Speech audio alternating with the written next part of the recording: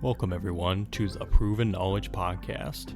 I'm your host, Anthony Church. I'm a music producer from Northeast Ohio. I began this weekly interview series to give you different perspectives from artists, producers, engineers, and other individuals in the music industry. In each episode, we touch on not only what has helped the person succeed, but we also touch on what has shaped them into the person that they are today. I hope you're able to gain some real proven knowledge from the show, and that it helps elevate you on your own journey to success as well. Let's get into it. What's going on, everyone? Welcome to episode 296 here on the Proven Knowledge Podcast. Today, I welcomed an artist named D Future. He's originally from Brooklyn, New York, but has lived most of his life in South Carolina. We talked about his most recent project called GHNS, what that acronym stands for, how it represents really not only the album, but the brand and lifestyle that D Future has created, and one that has inspired listeners and a lot of different supporters around him. He talked about releasing the album on Even, which is a platform I'm very familiar with, one that we've talked about on this show as well, and one that I've used personally in my own music. The direct consumer process, what that's been like for him, and the benefits he's found by being able to release music on the platform. He also talked about just being able to continue the rollout throughout the year. A lot of different things planned for that while he works on more new music as well. But he put a very big emphasis on being able to, continue this rollout for a while and put the attention on this project, which I think is very awesome, especially in an era where everybody wants to move on to the next thing so fast. And he talked about, just getting connected with Dom and what that relationship has meant to him, and really just the opportunities he's looking to create for not only himself, but his family as well, and being able to give back to his kids and inspire them to do great things in their own lives, which I think is something that is very awesome. So shout out to D Future for joining me today. Really awesome conversation. And as always, I hope you guys enjoy this one as well. So without further ado, let's get into it. This is episode 296, and I want to welcome D Future to the show. Thank you very much for being here, man. And we usually have the guest just kind of introduce themselves, so give us a bit more background about how you got into music, and really just, how did music lead you to where you are today? So D Future, man, out of Lugard, South Carolina. I've been on music, started very young. I say I'm from Lugard, South Carolina, but originally I'm from Brooklyn, New York. So my younger years was, pretty much the golden era of hip hop. Brooklyn, New York period was thriving at that time. So that's where the love came from. And, I moved to South Carolina when I was around 12, 13, and started to really understand music. And then that's when I really started to understand the diversity of music, where, I started learning about the South, and the Andre 3000s, the Lil Waynes, the T.I.s, the Young Jeezys. So that's where I started to really grow a wider variety of hip hop.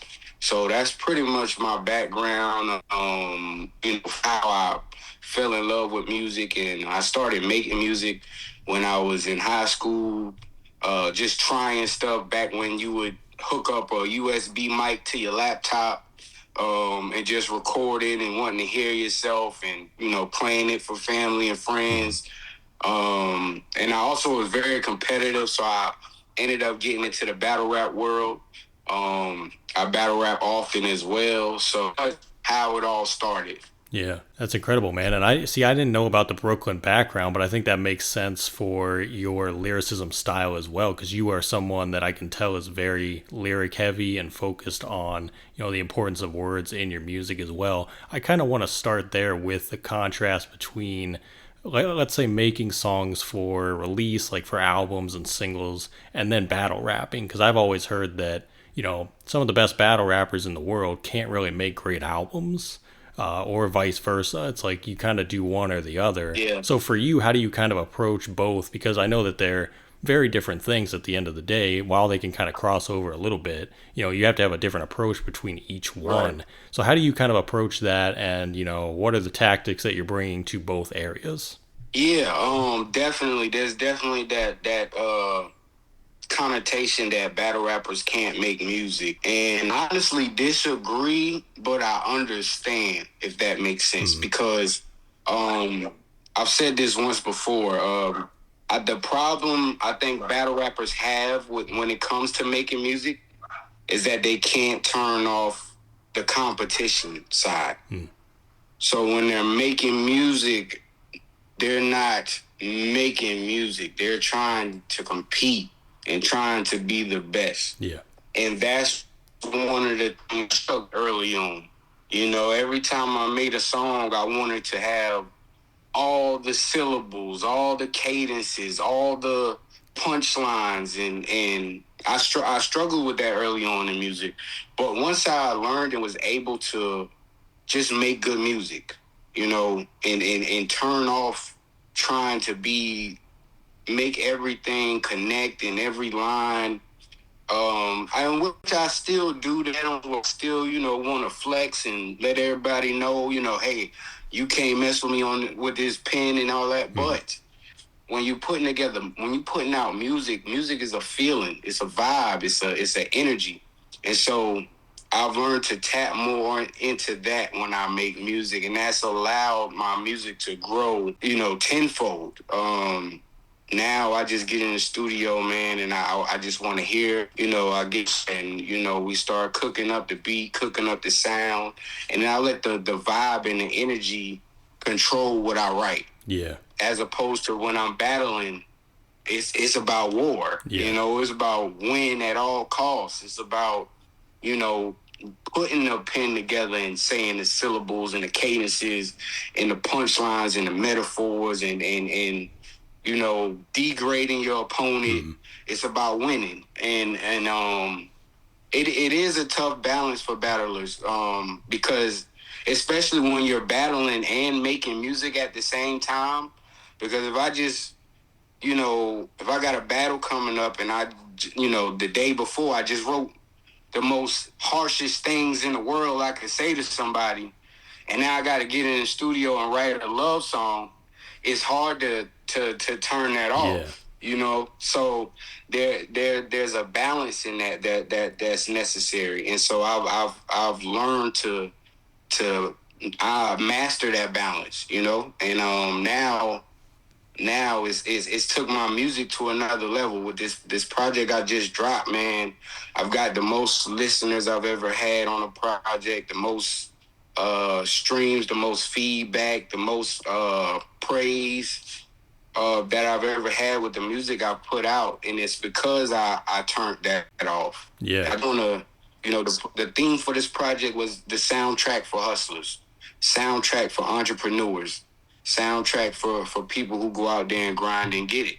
And so that's what the theme was. This was not me trying to flex my muscles and flex my pen and show how great I can write. This was, no, we're going to make this sound, and this is the sound, and it turned out amazing. And a battle rapper also, I think when they try so hard, they don't realize that they don't have to try. It's because we're naturally lyrical. We're naturally, so I still have the punchlines in there. I still have the metaphors in there. I still have the different cadences in there. But it was natural. It was going off the vibe. It wasn't me trying to do that. So there might be a verse where there's no punchline, but it's a vibe. It fits the subject matter. You can flow to it, and then the next verse, it might be punchlines in it because it was just off the feeling. Yeah, I didn't have to force it, and so that's that balance. That I that's why I said I understand the connotation, because I definitely dealt with it early on in my career. Yeah. Well, I got to say, it's very impressive to be able to find that sweet spot and find that balance. And I can tell that's something for you that has been something you've been able to get better at over the years as well. And I think that comes with putting in the years of work. I don't think that's something you could just get to within a year. And I'm sure you can relate to that as well, just being able to kind of master your craft over the years as well. And I definitely want to touch on the album as well. Tell me how to pronounce the title, because I was thinking, is this an acronym or is it Gains, or how do I pronounce this? But I want to talk about the project. It's an acronym, GHNS, and it stands for Grind Hard, Never Sleep. Nice. And that's kind of what you said then. It's more for like the working class people, right? It's more for like the people that get up every day and put in the work and get to the grind. So, yeah. Absolutely. Yeah. Absolutely. Yeah, that it's actually my brand as well. So, it was something that was actually created based off my love for music. When I first said I'm seriously, I was in college. I had got into some legal trouble, so I was in college. I was doing community service, and I was working a job to pay for college. So my days would be get up 6 a.m. for school, get ready, go to classes. Then I get out of class around 2, 3, go to my community service that I would have to do. I'd be done with community service around 6. Then I go to my job. So I'm at my job from 6 to 12, 6 to 1. So now I have no time to work to work on my music if I go to sleep. Yeah. Because I got 1 in the morning to 6 in the morning. That's the only window I have. And so I would use that time, and there was who had a studio set up in his dorm. So when I would leave work, I would go straight to his dorm, and I would record from 1 till 3, 1 till 4 in the morning, and then I would do it all over again. And I started saying "Grind Hard, Never Sleep" in my songs, and so people started gravitating to me saying it, and so then it became a brand. And then for the last 10 years, that's brand. And then I made it a business around 5 years ago. And so it was, it's really my life. And so it was like, it's time to make a soundtrack for that. Yeah. It's time to inspire people in other ways other than the T-shirts and the hoodies and the merch. But like, let's actually give them some music, because there's a lot of entrepreneurs who tap in with me, a lot of hustlers, a lot of even working 9 to 5. I said I was working while this name came into fruition. So it's really just relatable to anybody who's thriving for something. Yeah. So that's how the name came about, and it was just like, it's time to make the music to fit this theme, fit this brand, fit my lifestyle and so many other people's lifestyles who got so much good for the working parents who, you gotta work a 12-hour shift and you still gotta have time for yourself. Mm-hmm. You still gotta take your kids to their games. You grinding hard, never sleeping, Yeah. So that's how it came about. And that's the whole grand scheme of what I was trying to do with this project. Yeah. And I think it's good too, because you're able to, obviously, like you said, you're channeling your real life experience into it, but it's something that a lot of different people can relate to, even if they have nothing to do with music or the art world or anything like that. It's something that a lot of people are dealing with every single day. So it is a great brand and a great message. And obviously I got that just from hearing parts of the project as well. It has that gritty feel to it and that feel of like motivational music too, like stuff you could go to the gym and listen to as well, which is super awesome. And obviously I see you have the hoodie there that you're wearing right now with the album cover. And you said, there's merch and stuff like that as well. So if people want to get that merch, where can they go for that? Yes, to get this specific, the album hoodie, it will be on even.biz. Even.biz is a platform, a very dope platform, man, for independent artists to make some profit off of the work, because I don't think people really understand how little artists make off these and how hard it is to make a living as an independent artist who doesn't have the huge following yet. You know, 1 million streams is like $3,000. So for a smaller artist, let's say he's doing 1,000 streams or 10,000 streams somewhere, he's not making but $30-$40.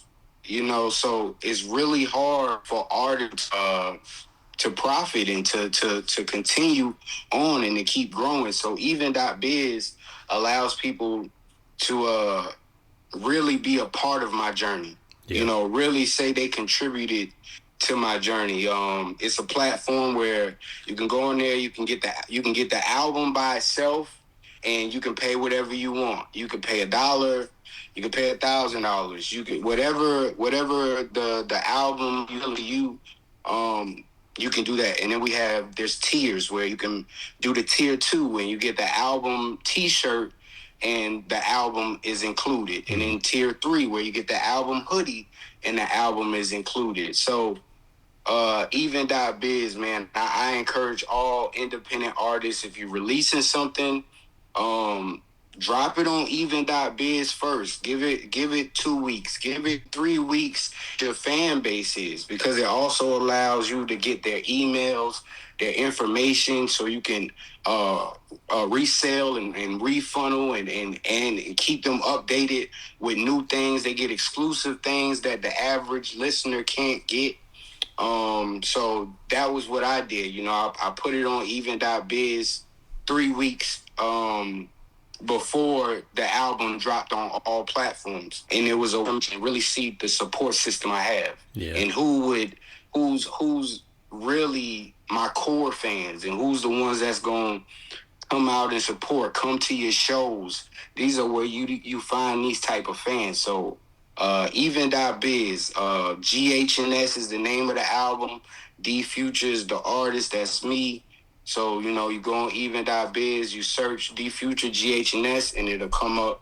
Also, you can follow me on All Real D Future.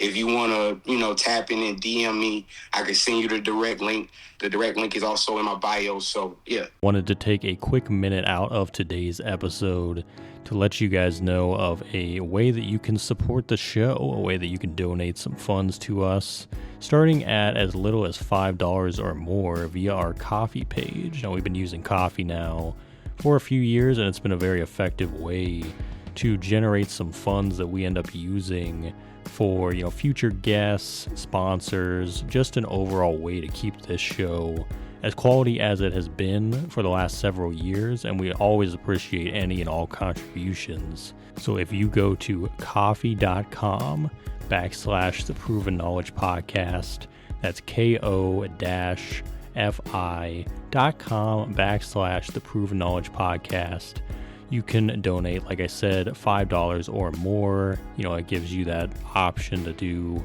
10, 20, 30, or just type in whatever amount. Any contributions are appreciated, and you know, I do this show from the bottom of my heart for the love of it at the end of the day, but those funds are always welcome, because they do allow us to do more and be more flexible with how we continue to grow this platform in the future. So I just wanted to let you guys know about that. The link will be in the description of the show notes of this episode you're listening to now, so definitely check it out. But without further ado, let's get back into the episode. Awesome, man. And if anybody, obviously the listeners, they probably have heard me talk about Even a lot over the past couple years. I've been putting a lot of my releases over there as well, and I love it because it's a great direct-to-consumer platform. And like you said, I love how people can pay whatever they want. Like if you set it to pay what they want, they can literally pay anything. And I actually just saw a couple days ago, Kyrie Irving paid for LaRussell's album for $11,000, and it's like, that's crazy. It just shows the potential that is there to be made, and it's cool because it's cool as well, because I think I saw LaRussell is donating that money to charities and things like that, which is nice. But that's really cool. So LaRussell is actually how I found out about Eve. What he's doing. as an independent artist. He's a really big inspiration, as well as for me, that type of direct to consumer thought process, for me, that started with Nipsey Hussle. And that's he really showed me how important it is when you can have a small group of people that support you, and you can still move and maneuver like the major artists, you know what I'm saying? So, and then LaRussell took it to another level on the internet side, and with the Even and the direct to consumer online. Even is just an amazing platform, so for sure. Yeah, every time I think about Nipsey Hussle in that way, I think about the Crenshaw album, the $100 Crenshaw album, and how he sold that out in like a week or so. Maybe not even that. It might have been a couple of days, but that was back like way before any Bandcamp or anything. Right. This was back in 2010, 2011 type of. This was early days, and it actually was a mixtape. It wasn't even an album. Yeah. So he like really changed the game, where it was like somebody was willing to pay $100, $1,000 for a mixtape. You know, it opened my eyes to what could be accomplished. Yeah. So that was major. That was major. For sure. And I think that definitely opened a lot of other people's eyes too at that time, because people weren't really moving like that, especially in the mixtape era where people were just putting it on DatPiff for free every single time. And it was like to be able to do that and then kind of turn a profit. And obviously Nipsey had so many different business ventures as well. So he knew what he was doing business wise regardless. So I think that's definitely an example of a very special individual doing it. Yeah, for sure. For sure. And obviously, you know, with 2026 kind of just kicking off, I'm kind of curious for you, what are the big goals for you musically in 2026? Is there going to be more music, or are you looking at doing visuals and things like that for the latest album? What are kind of the goals for you this year? Yeah, the goal this year is to really push this album, because it's 22nd. So pretty much it released this year, you know. It's been out 2 weeks, you know. So the goal this year is really pushing this album, really like you said, getting some visuals. My goal is to drop a visual to every song on this project. I feel like every song is one of those songs that can stand alone as well as a group. Because it's a project is motivational. So every song is something motivational. So I really want to drop a visual to each one, as well as putting out other singles, still creating music. Probably maybe a project towards the end of the year. But that's another thing I think artists don't realize, is a lot of times artists will put something out and then that's it. You know, you might get a month and then they're on to the next, but I don't think artists really understand how one song can be promoted millions of ways, and you can, you know, and that allows to keep your quality up as well, because you can take your time putting out more music once you have a solid core out. Yeah. You know, so I really want to push this project heavy, but of course, I'm all freestyles and things like that. I drop probably 2 or 3 freestyles a week, just to keep my pen sharp. And then I'm working the main producer that I work with on this album, KRZ, super dope producer. We're already back in the lab cooking up more music, but I want to take the time and really market and promote every way. So, this project here is going to be on a constant cycle this year. You're going to hear GHNS a lot. Awesome. I imagine there's going to be more podcasts too to kind of discuss that on as well, which is going to be exciting for you. So yeah, that's awesome, man. And congrats again on the release. I think it's incredible body of work, and I'm looking forward to seeing, you know, what else unfolds from the rollout as well. So it's going to be pretty awesome. So thank you. I appreciate that for sure. absolutely, man. And we're down to these last few questions here. These are ones I ask on every single episode. The first one is, if you could go back 10 years ago, maybe give yourself a piece of advice, or maybe not change anything at all, what do you think you would do? Yeah, see, okay, I'll say this because I want to say I wouldn't change anything at all. And the main reason why I say that is because you can't you can't create the lessons that come from failing. Like that the lessons you get from failing are the most organic thing in the world because you don't expect to fail. No one goes in expecting to fail. So when you fail, you get the most organic reactions. You get the most organic thoughts about yourself and learning who you are because of how you reacted to those failures.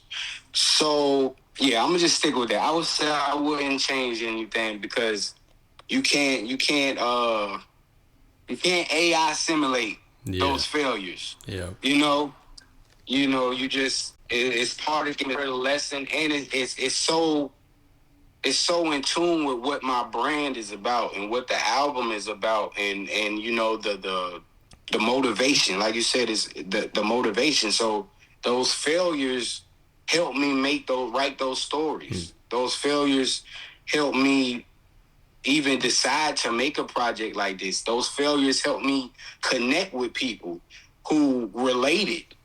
It's like, man, I went through that too, or man, I needed that motivation because I was struggling in this moment. So yeah, I wouldn't change anything. Yeah. And I think that's where there's so much value in that too. That's like the most valuable lessons as well. And it's like we always want things to be sunshine and rainbows 24/7, but the hard times is where you really come out on the other side a changed person for the better, hopefully. Yeah. So I definitely agree with that as well. And usually we flip. Yeah, go ahead. Yeah, go ahead. I was just gonna say, I can't remember where I heard this quote from exactly, but it was along the lines of, the journey is the best part, and that's something I've been telling myself the last year or so, is that the journey is the best part, because once you get to your final goal, what's left to do? Yeah. The only thing, You know what I mean? The only thing left at that point is to make a new journey, right? Yeah, exactly. Yep. So like you said, even if you get there, now you have to create a new journey. Mm-hmm. So the journey is the best part. The good parts, the bad parts. That's how you know you're alive. Yeah. That's how you know you're living life, is you going through things. So yeah. Absolutely, man. And we usually flip that question then, and we say 10 years from now, where do you envision yourself musically and in life overall? Honestly,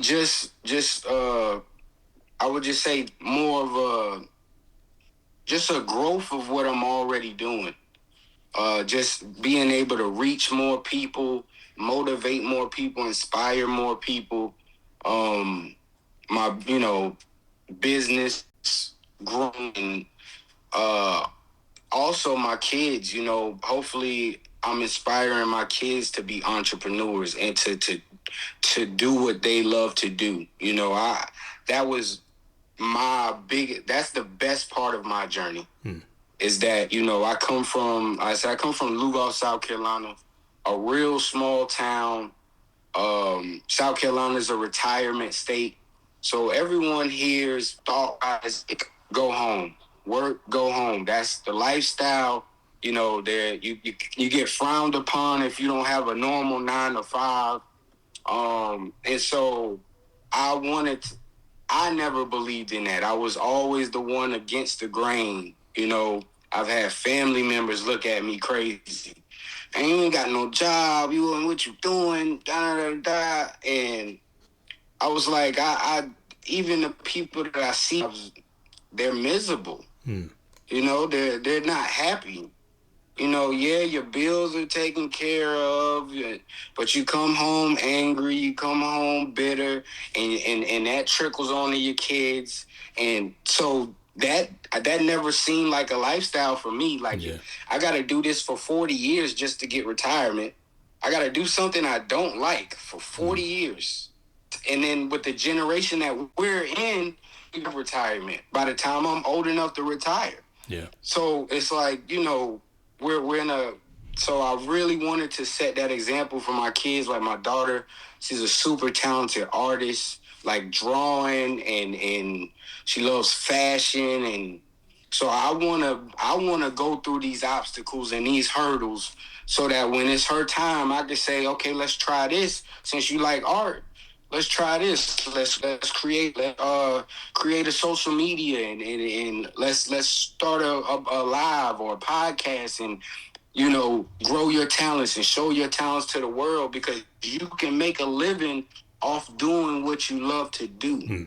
And the same for my son. You know, he's younger, so he doesn't really have a passion yet, but still just to have this knowledge, I'm already complete in life. Yeah. Because I have got kids that no one could give to me. I had to figure it out, you know, so that's where I see myself in 10 years is, you know, I'm set in what I'm doing, and now I can continue to give this game to my kids and others. For sure, man. That creates, you know, generational success too, I think, from there, which is super awesome, and really kind of breaks the cycle as well, which is incredible, and something that, you know, hopefully more people can achieve as well. So that's awesome, and hats off to you for that, man, for being able to, you know, have that bravery to be able to do that, because it does take bravery at the end of the day to be able to step out and do that for yourself and your family as well. So I think that's incredible, man. And do you have any final words of wisdom before we get out of here for the listeners? Start today. If you listen, whatever that, and I don't care your age, I don't care if you're young, I don't care if you're old, you know, not even old. We never old. I don't care if you're older, but start today. You know, whatever it is, put it out there. You never know. Put it out there. Try it, fail, learn. That would be my thing. Start today. Whether you wanna you wanna research something to get something, to start figuring it out, but start today. You know, there's never a perfect time, and that's one of the things I had to really, because I've had this idea for the GHNS project about as long as I've been saying GHNS. You know, and it was always like, oh man, this not right. I don't have the right money to do this and to do that. But man, the moment I said I'm dropping this project this year, it's crazy how the universe works. All of a sudden, I find this amazing producer that could make the sound I was looking for. All of a sudden, I found the engineer who could make the sound right, because I was recording everything myself, and I didn't want to put out the lower quality on these platforms. And you know, man, I've been so focused on battle rap, and I'm traveling state to state. I don't have the time, and the moment I said I'm doing this year, so many things in place. We talked about Dom. Like I met Dom just at the studio one day. I was putting together a cipher. I tried to put together a cipher session, and the cipher session didn't go as well as I thought. You know, it wasn't the turnout I thought I was gonna get. But guess who did show up at the cipher session? Dom. And just from me doing that and trying that, I'm on a podcast with you. Yeah. Promoting this album that I didn't know how I was going to promote. Yeah, man. So just start, man. Believe in yourself, and I promise you everything else will fall into place. What's that they say? Every day you wait is a day you waste, you know? And if you get to work right now, you're only making your future trajectory go higher and higher and higher. And I got to say, man, you are definitely putting that into work in your own life and what you're doing right now. And I got to say, again, thank you for stopping by today and chatting it with me. And then obviously congrats again on the album and everything you got coming in the future, man. And if you ever want to stop back here, the door is always open. So thanks for Oh the yeah, time. man, for sure. This has been a pleasure, man. Salute to you and the podcast. You are doing dope things as well, man. And this was an honor. And I will definitely be back, man. Anytime you need an artist on the show, man, even if it's just for conversation, I don't even have to be promoting anything, man. You got my support. Just want to say thank you for tuning in today. Be sure to hit that coffee link in the description of this episode if you'd like to donate any funds. And we'll see you back here with another new episode next week. As always, thank you for your support.